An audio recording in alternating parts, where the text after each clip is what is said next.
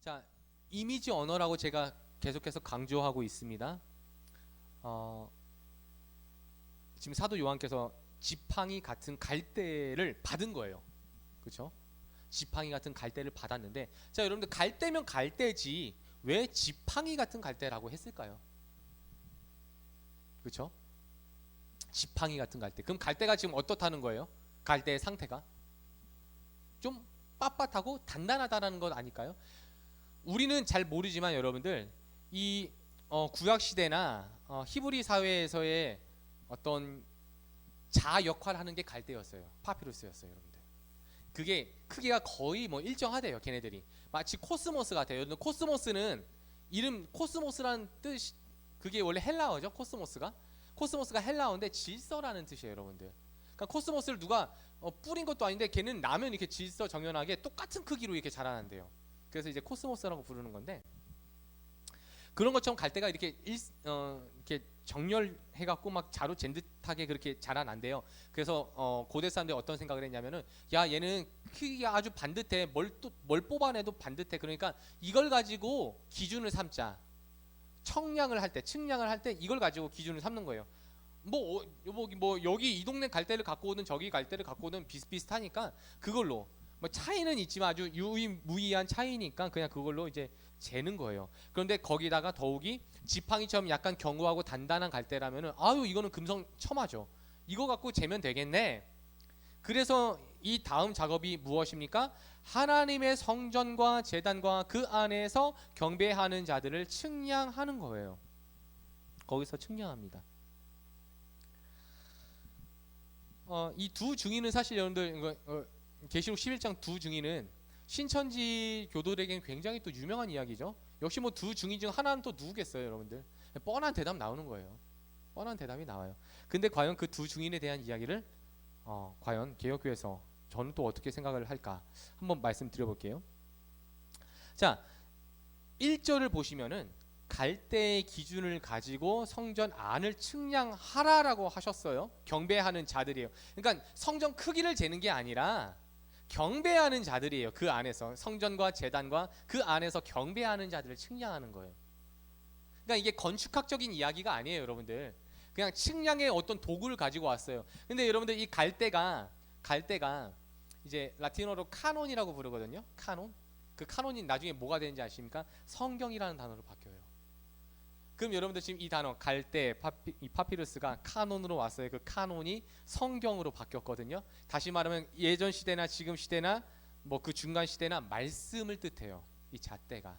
우리도 성도의 기준 뭐예요, 여러분들? 말씀이잖아요. 그러니까 지금 이 경배하는 자들을 무엇으로 하나님께서 측량하신다는 겁니까? 말씀을 기준으로 측량하겠다는 거예요. 언약의 말씀을 기준으로.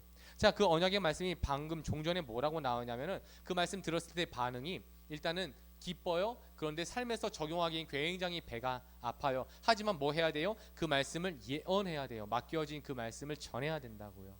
자, 이 사람들을 측정하겠다라는 거예요, 여러분들. 자신 있으세요, 우리는? 이제 측정하기 시작합니다. 자, 2절을 볼까요? 2절을 보니까 성전 바깥 마당은 측량하지 말래요. 그냥 두래요. 이것은 이방인에게 주었은즉 그들이 거룩한 성을 42달간 동안 짓밟으리라. 그러니까 더럽힌다라고 이야기해요. 어떤 이야기 같아요, 여러분들? 거기는 말씀으로 기준할 필요가 없대요. 말씀으로 잴 필요가 없대요. 근데 지금 이 사람들 위치가 어디예요, 여러분들? 성전 바깥 마당. 어쨌든 성전이에요, 여러분들. 성전인데 그 마당인 거예요, 여러분들. 그냥 이렇게 보시면 돼요. 이거 성소고요. 이게 성소고요. 그만큼이 마당인 거예요. 그러니까 여기만 재래요. 하나님께서 여기만 재고 거긴 재지 말래요. 근데 성전이라고 했을 땐 다 아우르긴 합니다. 예수님이 이런 이야기 한 적이 있었던 것 같아요. 염소와 양 말씀한 적 있죠. 예수님 또 이런 말씀도 하셨어요. 알곡과 가라지. 맞나요, 여러분들? 근데 그들이 항상 어떻게 하고 있어요? 항상 함께 있어요. 항상 함께 있어요. 우리의 안목으로는 식별 불가. 누가 참이고 누가 거짓인지 잘 모름. 다시 말하면 여러분들, 신앙 공동체 안에, 지금 이 편지는 지상교회에게 던져지는 거 아니겠습니까? 이 신앙 공동체 안에 성전 한 발, 세상 한 발 두고 있는 그런 이방인과 같이 성도를 흉내내는 이들이 있다라는 겁니다. 성도를 흉내내는. 말씀 묵상하고 연구하는 동안에 참 마음이 아팠어요. 그냥 목사잖아요. 저는 하나님이 아니어서 누군지 몰라요. 그런 성도가 없으면 좋겠어요. 근데 마음 가운데 한켠에는 이 사람은 아니면 좋겠다, 이런 생각이 솔직히 듭니다. 개인 인간적으로 보여지는 모습들을 보면 세상 발 한 곳, 하나님한테도 한 곳. 이 얘기 딱 하면 여러분들 떠오르는 사람들이 없어요? 우리 자녀들. 제 자녀도 마찬가지예요, 여러분들. 아직까지는 하나님께서 측정하지 말라라고 한다는 것은 로마서 1장에서는 이렇게 표현해. 내버려둬. 지금 말씀하시잖아요. 성전을 이들이 지금 짓밟고 더럽히고 있는데도 그냥 내버려 두래요. 그냥 버려둬라. 어떻게 하려고요? 하나님이 심판하려고. 굉장히 여러분 두려워해야 할 말씀이라고요, 여러분들. 이게 왜 누구를 이렇게 막 뭐 비난하고 정죄하고 이런 차원이 아니라니까요, 여러분들. 3절 한번 읽어보겠습니다. 시작. 내가 나의 두 증인에게 권세를 주리니. 자, 거기까지만. 자, 이제 두 증인이 나왔어요. 이 두 증인은 또 누구냐? 그러니까 이게 참 웃겨요. 아까 제가 미신에 대한 이야기 잠깐 했었는데 우리나라 신학 중에 그 아주 터무니없는 신학자들이 되게 많다고 생각을 해요. 예를 들어 아리랑인데 이게 원래는 엘이랑이었다라고 얘기를 해요. 엘이 누구예요? 구약시대 하나님이에요. 그래서 원래 우리 민족이 이제 동방박사 얘기도 했어요. 그 사람들이 동방박사가 원래는 대한민국 사람들이고 뭐 이런 얘기도 하고, 그리고 여호야킴 김씨야 이거예요. 그래서 이걸 뭐 웃으라고 쓴 건지 웃으라고 쓴 건지 정말로 뭐 진지하게 그렇게 하는 건지 죄송해요, 여러분. 수준 이하라고 생각해요. 왜 이렇게밖에 해석을 못할까? 왜 이렇게밖에 기도 그렇게 많이 한다고 하면서 그렇게 하나님의 어떤 뭘 본다고 하면서 왜 이렇게밖에 못할까? 어쩜 우리 안에는 하나님을 빙자하며 본인들이 얻고 싶은 무언가가 있는 건 아닌가? 막 이런 생각도 들더라고요. 근데 여러분들 옛날 교부들도 그렇게 해석을 했어요. 유대인들도 그러고. 자, 예를 들어 볼게요. 자, 두 증인이래요. 두 증인 하니까 유대인들이 뭐라고 생각했어요? 이거 모세와 엘리야야, 이렇게 얘기해요. 모세와 엘리야. 모세는 누구의 대표? 율법의 대표. 엘리야는요? 선지자의 대표. 이 두 개가 최고거든요, 그 사람들에게 있어서는. 성문서는 뒤에 있고 그분들에게 있어서는. 그러니까 이건 하나의 증인은 율법, 하나의 증인은 선지자 모세와 엘리야야. 또 다른 해석도 있어요. 성경에서 죽음을 맛보지 않은 구약 인물이 딱 둘 있어. 누구예요? 에녹과 엘리야. 엘리야는 어쨌든 우승 후보예요. 자꾸 나와요, 엘리야. 그때 나중에는 이제 교우들 중에 이런 해석을 해요. 아니야. 두 증인이네. 하나는 유대인에게, 하나는 이방인에게. 베드로와 바울이야. 이렇게 얘기를 해요. 자, 이렇게 얘기를 하다가 21세기에 어떤 예언이 나왔냐면 이제는 이만희까지 나온 거예요. 아니, 그 두 증인 중 하나는 이만희야. 여러분들 이게요, 성경이라는 게 이래요. 해석학적인 프레임을 제대로 갖고 있지 못하면은 그냥 아무거나 걸어버려요, 거의 다. 그럼 여러분들 지금 이게 기본적으로 유대인들 아닙니까? 소아시아에 흩어져 있는 교회이긴 하지만 기본적으로 골격은 유대인들이에요, 그들을. 그럼 유대인들이 알 수 있는 수비학을 사용하고 있는 거예요. 사도 요한이 그때 그 시대 이제 아시잖아요. 함부로 이야기할 수가 없다고요. 정말 두 증인이라고 말할 수가 없어요. 자, 그럼 제가 이렇게 물어볼게요. 예수님께서 너희가 내 이름으로 모일 때에 몇 명 이상 모이라고 얘기했어요? 두세 사람. 왜 그런 거예요? 왜 그랬죠? 네? 공동체 아니에요. 이미 이게 구약을 관통하는 이야기거든요. 레위기에서, 신명기에서 뭐라고 얘기하냐면요, 너가 어떤 일에 대한 증언을 하려면은 증인 2명 데리고 와야 해요. 증인 2명 이상을 데리고 와야 해요. 그럼 이 2라는 수가 어떤 수냐면 여러분들 증언의 수예요. 증인의 수로도 불리워지고 유대인들에게 증언의 수. 그러니까 우리는 잘 모르는데 유대인들이 보면 알아요, 이 코드를. 우리 여러분 너 4번이야 이렇게 얘기하면 무슨 뜻 같아요? 너 이제 곧 죽어 막 이런 이렇게 알아들을 수가 있잖아요. 그런 문학을 사용한다니까요. 실제로 증인의 수예요, 여러분들. 그럼 이 주님 어디 성전이래요. 성전 안에서 말씀으로 측량된 증인들 누구겠어요? 이게 교회라고요, 여러분들. 지금 제가 다른 얘기하지 않잖아요. 계속해서 지상교회, 천상교회 얘기하지 않습니까? 계속해서 저 계속 이거 계시록 끝날 때까지 그 얘기만 할 거거든요. 왜냐면 그 얘기니까. 근데 갑자기 뭐 교회 얘기도 나왔다가 사람 얘기도 나왔다가 무슨 교주 얘기 나왔다가 이럴 얘기겠냐고요. 이게 지금 누구를 위한 이건데, 수신자 발신자가 정확하잖아요. 발신자 성령 하나님, 수신자 누구? 소아시아 7교회, 더 나아가서 온 세상을 향한 우주적 교회. 분명하잖아요, 수신자가. 그럼 수신자 얘기를 해야죠. 그러니까 이러한 해석과 프레임을 가지고 들어가는 거라고요. 그렇지 않으면은 그냥 술에 술 탄 듯 물에 물 탄 듯 뭐 그냥 내가 보이는 대로 아무나 걸어버려요, 그냥. 그래서 여러분들 분명하게 말씀드릴 수 있지만 이건 신앙 공동체, 교회를 뜻합니다. 자, 그러면은 성경에서 이렇게 뭔가 측정하는 경우가 있어요. 측정하는 경우가 다림줄을 잰다든지 저울을 사용한다든지 이런 갈대를 둔다든지. 자, 첫 번째 경우는 어떤 경우냐면요, 그거 내 거야, 찜 이만큼 내 거야. 우리 그 옛날에 초등학교 때, 국민학교 때 뭐부터 그어버려요? 선 그죠? 이만큼 누구 거? 너 선 넘으면 전쟁이야 해갖고 이만큼 내 거. 그래서 그 뜻도 있어요. 하나님께서 측량하신다는 것은 그만큼 내 거야 이렇게 하시기도 해요. 예를 들게요. 다윗아, 너에게 내가 허락한 땅은 단에서 브엘세바까지야. 하나님이 그렇게 측정했어요. 왜? 그만큼이 네 거야, 그만큼이 내 거야, 이 말씀하시는 거예요. 그걸 누가 어겨요? 솔로몬이 어겨요. 솔로몬이 그 북부 다마스커스까지 그냥 다 잡아먹어 버려요. 그거부터가 벌써 하나님 언약에서 위배된 거죠. 하나님보다 더 뛰어난 왕처럼 나타나려고. 자, 두 번째, 하나님께서 측량하시는 경우는요, 파괴를 예고하시는 거예요. 파괴를. 여기서 벗어난 것들은 파괴하겠다는 거예요. 이 기준에서 벗어난 것들은 파괴할 거야.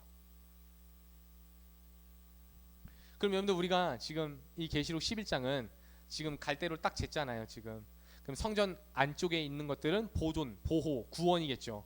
그럼 반면에 마당은 파괴, 심판, 영벌로 해석될 수 있을 것 같습니다. 그 사람들은 아마도 교회에 앉아 있는 사람들 중에 세상 접경 지역과 신앙 지역을 양다리 걸치고 있는 사람들인 것은 틀림없습니다. 마당이 어디예요, 여러분들? 문만 열면 바로 나갈 수 있는 곳이에요. 언제든지 하나님을 떠날 준비를 하고 있는 사람들, 그게 마당이에요. 그런데도 불구하고 그렇게 신앙생활 하는 사람들은 여러분들 말은 하지 않지만 이게 가능하다고 믿어요. 내가 신앙생활 하는 거니까 그래요. 그런 사람들의 경우는 내가 신앙생활하고 내가 교회 나가는 거고 내가 시간 내서 예배 드리는 거야 이렇게 얘기하기 때문에 그게 가능하다고 보는 거예요. 그 사람들은 내가 시간 안 되면 뭐 예배 못 드리는 거, 시간 되면 예배 드리는 거지, 이게 가능하다고 생각한다고요. 왜? 내가 하는 거니까. 근데 하나님이 볼 때는 노라고 얘기하시는 거예요. 그건 탈락이라고 얘기하시는 거예요. 여러분들 예배를 누가 먼저 요구하셨어요? 근데 보세요, 조금 어려운 얘기가 될 수 있지만 잘 따라오세요. 선악과 사건 이후로 하나님이 떠나신 거예요. 그게 죽음이라고요, 여러분들. 유기체적인 이 생물학적인 죽음이 아니라 우리 생명의 근원 대신 하나님과의 관계가 끊어졌기 때문에 그걸 죽음이라고 성경은 말씀하고 있다고요. 그러니까 선악과 사건 이후로 사람은 하나님과 떨어진 거예요. 근데 창세기 4장을 보니까 밑도 끝도 없이 무슨 얘기가 나와요? 가인과 아벨이 뭐 합니까? 제사를 지내요. 아니 누가 뭐 알려주셨다 뭐 그런 얘기도 없고 뭐 아무것도 없어요. 근데 여러분들, 사람이 하나님 찾을 수 있어요? 사람이 하나님 마음을 살필 수 있어요? 없어요. 그러면은 누가 그 제사를 얘기했겠냐고요. 그건 불보듯 뻔하죠. 하나님께서 그 제사를 통해서 그리스도가 오기 전까지의 그 관계를 유지하시고자 그 제사를 요구하셨을 거예요. 곡식이 됐든 양이 됐든 너가 가지고 있는 그 소유를 가지고, 그게 마음이든 시간이든 뭐든 간에 하나님을 경외하는 마음으로 구별해서 그것을 드리라는 거예요. 믿음의 예표로. 그럼 내가 그것을 받겠다라는 거 아니겠습니까? 하나님을 기억하고 하나님께 감사하라는 거 아닙니까? 하나님이 요구하셨죠. 그럼 누구 방법대로 예배 드리는 게 맞아요, 여러분들? 레위기에 보면 예배 제사 방법이 왜 그렇게 복잡한 거예요? 장소는 어디서 해야 되고 7월 달엔 여기 이렇게 예배 드리는 거고 보통 아침엔 이렇게 예배드리고 밤에 이렇게 드리고 안식일 예배는 이렇게 아니 왜 이렇게 참견하세요? 예배 드리는데 속건제는 이렇게 속죄제는 이렇게 번제는 이렇게 왜 그러는 거냐고요. 하나님 마음이죠. 하나님이 예배 받으시겠다는데 하나님께 드리는 예배인데 하나님이 요구하셔야죠. 맞지 않습니까 여러분들? 그런데 만약에 하나님이 이렇게 사사건건 참여 안 하시면은 우리 마음대로 예배하잖아요. 아 오늘 바쁘니까 그냥 우리 지역 동네에서 예배드리지 뭐. 아 오늘 돈이 좀 없으니까 그냥 다음에 뭐 헌금하지 뭐. 아 오늘 좀 시간이 좀 남네. 좀 힘도 있네. 그럼 봉사도 좀 해볼까? 언제든지 그 예배 주체가 누구입니까? 그게 내가 된다고요. 그럼 내 마음대로 예배하는 거예요. 이거 하나님 받으시겠냐고. 가인은 자기 마음대로 예배했잖아요, 여러분들. 그 주체가 자기이기 때문에 왜 내 재산 안 받고 재물 내 건 안 받냐 이거잖아요. 그런 거예요, 여러분들. 우리의 주어와 주체는 여전히 하나님이 되어야 합니다. 그렇지 않았을 때 우리는 우리가 드리는 예배가 가능하다고 생각해요. 이렇게 드려도 되고 저렇게 드려도 되고. 그러니까 마음대로 예배하는 것 같아요.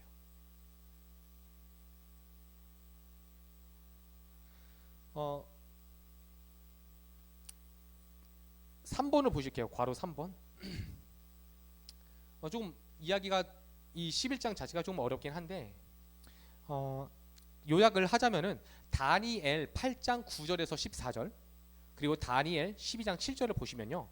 두 번에 언급되어지는 아주 흉악한 고난이 예언됩니다. 그것이 뭐냐면은 이제 주전 167년에서 164년경에 있었던 수리아 총독의 안티쿠스 에피파네스의 그 예루살렘 그 수르바벨 성전 무너뜨리는 파멸시키는 그 예언입니다. 자 어쨌든 다니엘을 통해서 수르바벨 성전이 무너지리라라고 예언한 거예요. 여호와 하나님께서. 자 성전의 무너짐이 예언됐죠. 신약 시대 때 똑같이 하신 분이 있어요. 성전이 무너질 것이다. 누가 그랬어요? 예수님. 헤롯 성전 무너질 것이다라고 예수님께서 그 성전의 파괴를 예언하십니다. 자 그런 것처럼 지금 3절을 보시면 성전이 무너질 것을 예언하는 거예요. 성전이 짓밟힘 당하고 무너질 것이다. 그리고 여러분들 11장 쭉 보셨지만 이 증인들이 죽어요. 여러분들 막 엄청난 기적이 나타나거든요. 막 대적자들이 막 대적하면 막 하늘에서 불이 떨어져 갖고 그 사람들 막 이렇게 은맥이 죽어 이렇게 만들어주고 막 그런 능력과 이적이 나타나거든요. 근데 결국에는 그 무적행에서 나타난 절대 권력, 그 어둠의 영들, 그 어둠의 세력들로 인해서 이 두 증인이 죽어요. 그러니까 이 두 증인이 누구라고 말씀드렸어요? 제가 교회예요. 그러니까 이때는 교회라는 단어보다는 성전 공동체라고 불렀을 가능성이 더 높겠죠. 자 그런 것처럼 구약 시절에 여러분들 성전 공동체가 무너져요, 안 무너져요? 무너져요. 수리아로 인해. 그러니까 또 신약 시절에도 성전 공동체가 무너집니까? 예, 무너집니다. 그리고 나서 또 여러 군데의 성전 공동체가 세워질 것을 예수님께서 말씀하셨잖아요. 내가 내 반석 위에 내 교회를 세울 것이라고. 새로운 새 언약 공동체를 예표하셨잖아요. 근데 그 새 언약 공동체도 어떻게 될 것이다? 무너지게 될 것이다, 여러분들. 무너지게 될 것이다. 그리고 그때를 1261 이렇게 이야기를 했는데 이걸 따지고 보면 여러분들 3년 반이에요. 근데 이 3년 반을 다니엘서에서 뭐라고 썼냐면 한때와 두때와 반때라고 얘기했어요. 때가 1년이에요. 한때와 두때와 반때. 그럼 이것도 역시 3년 반이에요. 그러니까 동일한 이야기를 하고 있는 거예요. 계속해서 구약과 예수님과 그리고 요한계시록에선 동일한 이야기를 합니다. 자 이것을 고난으로 보고 있는데 이걸 여러분들 수적으로 해석할 필요는 없어요. 그런데 여러분들 보세요. 1260일이라고 말하는 사람이 있어요. 이거를 또 다니엘 같은 경우에는 그거를 한때와 두때와 반때다 이렇게 얘기를 해요. 또 계시록에서는 이렇게 얘기해요. 42달이다. 그럼 여러분들 1260일이라고 얘기를 듣는 거랑 42달이라고 얘기 듣는 거 어떤 게 감이 더 멀어요? 일수 많은 게 감이 멀겠죠. 그런 것처럼 지금 짧게 느껴질 거야 라고 얘기하는 거예요. 지금 그러니까 위로의 편지잖아요. 지금 1260일이긴 한데 그것이 1260일처럼 여겨지지 않고 42달이야. 그러니까 이런 얘기 있잖아요. 감기약 먹으면은 7일, 아니 먹으면 일주일, 안 먹으면 7일. 무슨 얘기인지 아시죠? 네, 그런 거예요. 지금 위로하려고. 위로하려고. 그럼 이 얘기를 왜 할까요, 여러분들? 성전 공동체가 무너졌을 때마다 그 성전 공동체가 했던 일들이 있어요. 구약에서 성전 공동체가 무너졌어요. 그때 이 일을 합니다. 신약 공동체가 무너져 그때 이 일을 했어요. 어떤 일이었냐면요, 굵은 베옷을 입고 회개합니다. 굵은 베옷을 입고 애통합니다. 지금 우리는 말세를 살아가고 있잖아요. 그런 교회 시대잖아요. 지금 우리가 해야 할 일이 여기 있다라는 거예요, 여러분들. 교회를 위해 울으라는 거예요. 교회를 위해 애통하라는 겁니다. 교회의 회개를 선포하고 교회가 개혁되어야 된다라는 겁니다.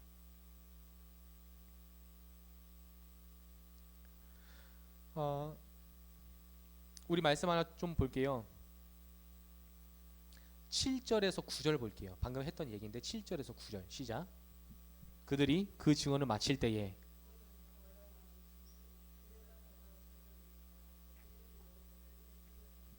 그들의 시체가 큰 성 길에 있으리니 그 성은 옛적으로 하면 영적으로 하면 소돔이라고도 하고 애굽이라고도 하니 곧 그들 주께서 십자가에 못 박히신 곳이라. 백성들과 족속과 바온과 나라 중에서 사람들이 그 시체를 사흘 반 동안을 보며 무덤에 장사하지 못하게 하리로다. 제가 주일 예배 때 이 얘기를 잠깐 하게 돼요. 이 텍스트는 아닌데 비슷한 뉘앙스로 말씀드리게 됩니다. 자, 어쨌든 지금 공개 처형을 한 거예요. 교회를 공개 처형을 했어요. 공개 처형했는데 왜 사흘 반 동안이나 묶어놓은 거예요? 두려워하라고?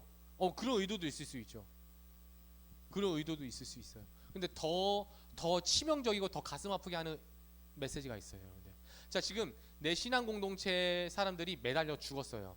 근데 3일 반이 지나도 아무도 수고하지 않는 거예요. 아무도 내리지 않는 거예요. 말씀하신 그대로 두렵기 때문에 교회가 모른 척하는 거예요. 누군지 아는데, 뻔히 아는데. 여러분 세대 때는 그런 일이 없었을 것 같긴 한데 저희 세대 때는 좀 있었었는데, 왕따가 있어요. 왕따 따돌림을 당하는 친구가 있어요. 근데 그 친구랑 어울리질 않아요. 또 사람들도 왜 그랬을까요? 그 친구랑 어울렸다가는 자기도 이렇게 외톨이 될까봐. 그런 것처럼 계속 매달려 있는 겁니다. 용기 내지 못하고 있는 교회의 모습. 이렇게 되다 보니까 여러분들 교회가 결국에는 현대 교회로 보자면 계속해서 대한민국으로만 따져봤을 때 교회는 계속 하락세를 모면할 수 없을 겁니다. 가끔 아주 특별한 은혜가 있는 교회들은 뭐 부흥도 하고 뭐 그런 경우가 있을 것 같아요. 근데 여러분들 거의 정말로 기적 같은 일이어서 그게 보도가 되는 거예요. 그렇지 않겠습니까? 그게 일반적인 얘기면 안 나와요. 일반적인 얘기 같았으면 지금 신학교가 문 닫는 일이 없죠. 그러니까 우리가 이렇게 생각할 수 있어요. 결국 말씀대로 교회가 망하는구나, 교회가 문 닫는구나, 교회가 폐업하는구나, 뭐 이런 생각할 수 있어요. 근데 여러분들 교회 시작 누가 한 거예요? 예수님이 하신 거예요. 그럼 마치는 건 누구예요? 그 상황이나 사건은 잘 몰라요. 너무 다양하니까 우리 눈으로 해석될 수도 있어요. 어떻게 뭐 이래 해서 뭐 교회가 안 된다 뭐 이렇게. 근데 결국엔 여러분들 영적으로 해석하잖아요. 지금 사도 요한께서도 교회를 예수님이 그냥 거기까지 하신 거예요. 그 교회가 여러분들 세워지고 나서 주님 복음 안 전했을까요? 주님 복음 전했을 거라고 저는 봐요. 주님의 마라나타를 외치며 예배 드렸을 거라고 봅니다. 그 주님의 그 날을, 구원의 날을 기대하면서 기도했을 거라고 봐요. 그럼 언제까지 그렇게 해야 되는 거예요? 그건 주님이 그만하라 할 때까지인 거예요, 여러분들. 그게 2년이든 5년이든 10년이든 20년이든 간에 그 연수가 우리에게도 의미 없어요. 우리는 영원의 나라에서 살 건데요, 뭐. 그러니까 교회가 망했다, 뭐 교회가 문 닫았다, 아이고 성도도 없고, 아이고 설교도 그렇게 못하니까 그렇게 됐지, 이런 얘기 할 게 아니에요. 그러니까 주님이 거기까지 하신 거예요. 주님이 증언하게 하셨고 그 증언의 때가 끝난 거라고요. 그 증언의 때가. 자, 우리 10절 한번 읽어보세요. 시작. 이 두 선지자가 땅에 사는 자들을 괴롭게 한 고로 땅에 사는 자들 그들의 죽음을 즐거워하고 기뻐하고 서로 예물을 보내리라 하더라. 이 두 선지자, 두 증인 누구라고요? 교회 공동체예요. 교회 공동체 무너지는 걸 누가 즐거워하는데요? 땅에 속한 사람들이. 교회가 계속해서 자꾸 이렇게 양심 걸리는 소리 하고 이러니까, 자기들만 막 특별하다고 얘기하니까, 그랬더니 이제 세상이 교회가 무너지는 걸 보고 굉장히 즐거워합니다. 자, 11절을 읽어볼까요? 시작.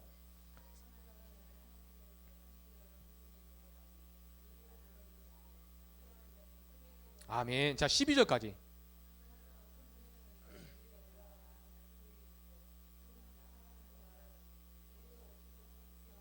아멘. 자, 제가 깜빡했는데 8절 보시면 여러분들 소돔이고 애굽이 있어요. 그 성은, 그러니까 신앙 공동체를 무너뜨린 세상의 이야기겠죠. 그 세상의 이름이에요. 그 성이 영적으로 하면 소돔이고 애굽이라고도 해요. 여러분, 소돔과 애굽 공통점이 있어요. 롯이죠. 아브라함의 조카 롯이 그 소알딸 중에 소돔을 선택했던 이유가 뭐였죠? 그 땅이 마치 무엇과 같았더라 이렇게 써 있어요. 물이 풍부한 고로 애굽과 같았더라. 그러니까 소돔과 애굽이 예뻤을 거예요. 풍요로웠을 거예요, 여러분들. 그래서 여러분들 혹시라도 부자 될 생각하지 마세요. 그냥 적당히 먹고 마시고 누리고 뭐 미련 갖지 마시고 나중에 누리시면 되잖아요. 다른 분들은 아멘 안 하세요. 아멘. 네. 자, 어쨌든 여러분들 소돔, 우리가 소돔 하면은 일단 뭐 동성애가 유행했었다 이렇게 얘기하는데 사실 구약의 원문 성격에선 동성애 얘기는 안 합니다. 사실은 거기서 그 뭐 사람들이 내가 너와 상관하리라 이렇게 써 있죠. 그걸 뭐라고 써 있냐면 텃세라고 해석돼 있어요, 여러분들. 텃세. 그러니까 그게 지금 고대 사회잖아요. 어떤 스파이나 어떤 첩자가 올지 모르는 사회. 마치 우리나라 지금 6.25 전쟁 막 끝났어요. 근데 너 어디서 이사 왔어? 했더니 이사 어디서 왔는지 얘기를 안 해요. 근데 이 사투리가 심상치 않은 사투리예요. 우리 어떻게 할 거예요 그때? 텃세 안 부릴 거예요? 그런 단어라고요, 여러분들. 그 시대가 그런 바벨로니아가 망해가던 메소포타미아가 망해가던 그 시기였었기 때문에 그래서 나온 거예요. 아브라함이 하나님 말씀 듣고 나온 게 아니라 메소포타미아 자기 고향이 망하고 있어갖고 살려고 나온 거예요. 이사 온 거라고요. 그 습관 못 버리니까 가나안 땅 갔다가도 가문드니까 또 다른 데 이사 가잖아요. 이게 아브라함 습관이에요. 장사할 데가 없으니까. 자, 어쨌든 간에 소돔은요, 그게 동성애든 아니든 간에 메시지는 똑같아요, 여러분들. 동성애든 아니면 다른 일이든 하나예요. 그들의 메시지는 도덕적인 타락. 하나님이 그거 확인하러 오셨다고 하잖아요. 하나님께서 그거 확인하러 왔다고. 내가 지금 그들의 윤리와 도덕에 대한 그 삶에 대한 타락을 내가 확인하러 왔다고. 그 삶의 모습들을. 그래서 소돔은요 도덕적 타락을 의미합니다. 자, 두 번째로 이집트를 얘기했어요. 애굽을. 자, 애굽은 어떤 세력일까요, 여러분들? 10가지 재앙 딱 떠오르죠. 10재앙이 딱 떠오르는데 그때마다 바로가 어떻게 해요? 재앙을 받을 때마다 하나님 믿어요? 안 하죠. 어떻게 해요? 끝까지 하나님을 대적하죠. 이거예요. 애굽이라는 표현은요 하나님을 대적하는 세력입니다. 도덕적 타락과 하나님을 대적하는 모습은요 사실은 동일합니다. 사실은 동일해요. 자, 이 사람들이 이 세력들의 모습이 10절, 11절, 12절에서는요 땅에 사는 자들이다 라고 얘기하는 거예요, 여러분들. 이 사람들이 어떤 사람이다? 결국에는 한 다리는 성전에 한 다리는 세상에 걸고 있었던 그 사람들이라고요. 별반 다를 거 없어요. 그럼에도 불구하고 하나님께서 살리십니다. 마치 예수님 살리는 것처럼 그렇게 살리는 거예요. 그 표현을 쓰는 거예요. 진짜 3일 반이 아니라 마치 예수께서 부활하신 것처럼 주의 몸된 교회도 부활한다. 그래놓고 어떻게 해요, 여러분들? 이 대목이 여러분들 되게 영광스러운 대목이거든요. 사실 한 번만 더 읽을게요. 12절 시작.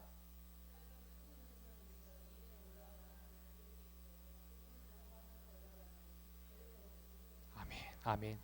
제가 계시록 강의할 때 이 교회를 그러니까 나눠서 얘기했었어요. 어떻게? 지상교회와 천상교회. 근데 지상교회는 뭐 하고 있어요? 전쟁하고 고통받고 고난받고, 천상교회는요 예배하고 기쁘고 영광스럽고. 너무 간극이 있잖아요, 여러분들. 그럼 이 간극이 어떻게 좁혀지는 거예요? 우리가 예전에 어떻게 배웠었냐면은 일단 인침을 받았어요. 근데 이걸로 끝나지 않아요. 어떻게 해야 돼요? 고난을 통과해야 된다고. 지금 그 얘기예요. 뭐라고 얘기해요? 지상교회를 두고 뭐라고 얘기하면 올라오라. 어디로요? 하늘로. 이제 지상교회가 천상교회로 올라가게 됩니다. 그 예고되었던 고통과 고난을 통과해 가는 거예요. 회개하지 않을 사람들에게 복음을 전하게 될 거고요.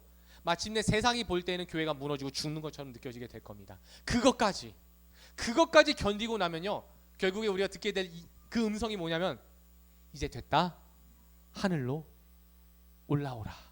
이제 지상교회가 하늘로 올라가는 그 모습을 보고 있는 거예요. 사도 요한이. 얼마나 영광스러웠을까요, 여러분들? 그 모습이 얼마나 감격이 있었을까요? 이제 끝나는구나. 이제 이 모습이 내가 보는구나. 그 마음이 있었을 거라고요. 그럼 여러분들, 마지막에 이 땅이 받게 될 저주가 뭔지 아십니까? 이 세상이 받게 될 저주. 본인들이 저거 작아야, 저거 거짓말쟁이들이야, 저거 뭐 루저들이야, 저거 완전히 똥꼬집들이야, 막 이렇게 놀림 막 이렇게 조롱하고 했었잖아요, 우리를, 교회를. 근데 그 교회가 자기들 눈앞에서 하늘로 올라가요. 이게 하나님께서 예비하신 최고의 복수. 놀릴 거 다 놀렸냐? 봐봐. 얼마나 후회될까요? 혀를 깨물고 이를 갈지 않을까요, 여러분들? 결론입니다. 그래서 여러분들, 우리가, 교회가 두 증인처럼 복음을 전할 때 세상으로부터 오는 반응이 분명해요. 폭력, 수치, 변화되지 않음, 거부, 적대적인 관계, 이런 것들이 예고되어 있어요. 그런데 뭐 하래요? 말하래요. 우리 그거 모르는 거 아니죠? 우리가 주저했던 이유가 그거 아니에요, 여러분들? 그들이 폭력을 행사하고 적대적으로 또 거부하고, 이거 우리가 아니까 안 한 거 아니에요? 그 우리 어떻게 하고 있는 거예요? 한 발은 성전에, 한 발은 세상에. 마치 이 모습 같아요. 언제든지 아닌가 싶으면 발 좀 떼려고. 근데 하나님은요, 말하라요. 그거 나도 안다고. 그리고 그 길까지 통과한 사람만이 하늘에서 음성이 있어 이르되 이제는 올라오라. 이 음성 듣게 된다라고 말씀하십니다.